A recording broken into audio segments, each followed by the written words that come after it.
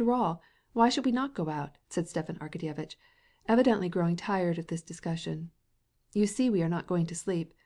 Come on, let's go out." Levin made no reply. What he had said in their conversation about his doing right only in a negative sense occupied his mind. "Can one be right only in a negative way?" he asked himself. "How strong the odor of the fresh hay is," said Stepan Arkadyevitch as he got up. "It is impossible to go to sleep. Vasenka is hatching some scheme out there. Don't you hear them laughing, and his voice? Won't you come? Come on." "No, I am not going," said Levin. "Is this also from principle?" asked Stepan Arkadyevitch with a smile, as he groped round in the darkness for his cap. "No, not from principle. But why should I go?" "Do you know you are laying up misfortune for yourself?" said Stepan Arkadyevitch, having found his cap and getting up. "Why so?" "Don't I see how you are giving in to your wife?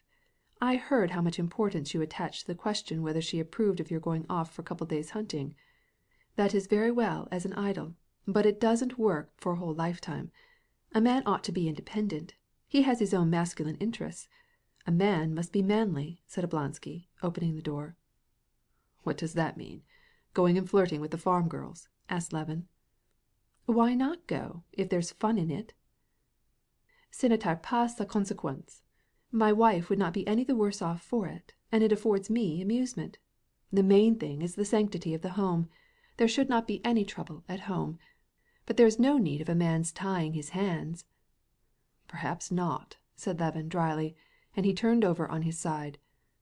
"Tomorrow I must start early, and I shan't wake anyone, and I shall start at daybreak."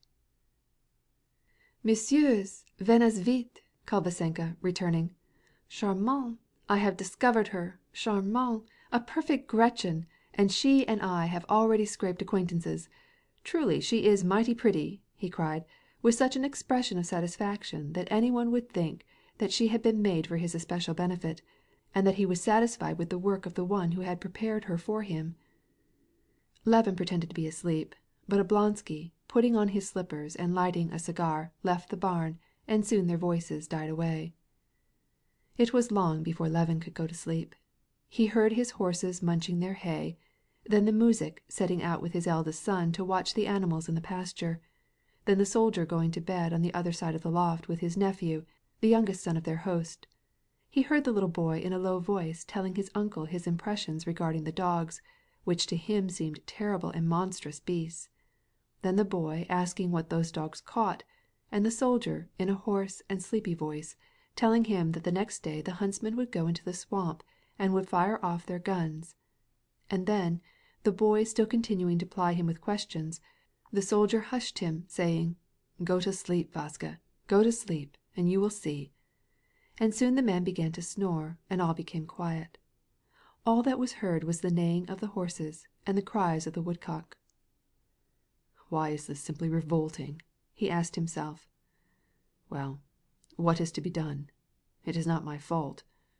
And he began to think of the morrow. "Tomorrow I will start early in the morning, and I will take it on myself not to get excited. I will bring down some woodcock, and there are plenty of snipe. And when I get back, there'll be a letter from Kitty. Yes, perhaps Stiva is right. I am not manly toward her.